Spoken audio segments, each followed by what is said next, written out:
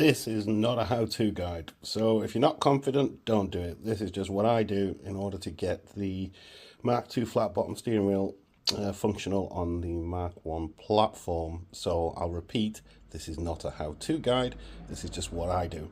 So you need some of these, they work with a heat shrink, so you need a heat shrink gun.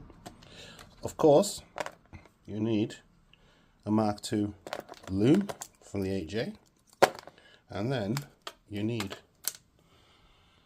the loom system off a Mark I airbag. So what we're looking at is these four are, without me double checking, but one of them's for the horn, one's the earth, one's the airbag. On here, two-stage airbag, so which ones is it? Green and blue, I think, are the stage 1, stage 2. White is the earth, or the blue and white, or whatever. So you're only going to use 4 of these, and then 2 of them are going to be capped off, so they can't touch anything.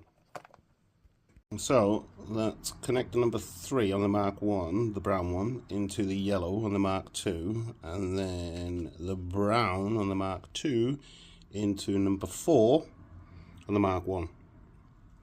We'll heat them up later on, but get the others connected. And that's it. All the wires connected. There should be. The white and blue one need to stay separate.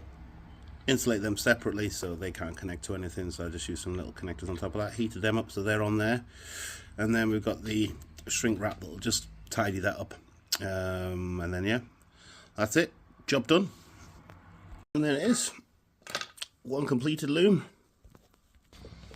So now it's just a case of airbag. I did that one-handed, probably not.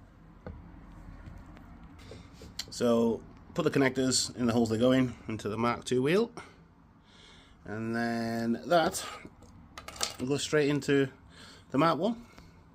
That's it. We're ready to go on a Mark I 8J steering wheel.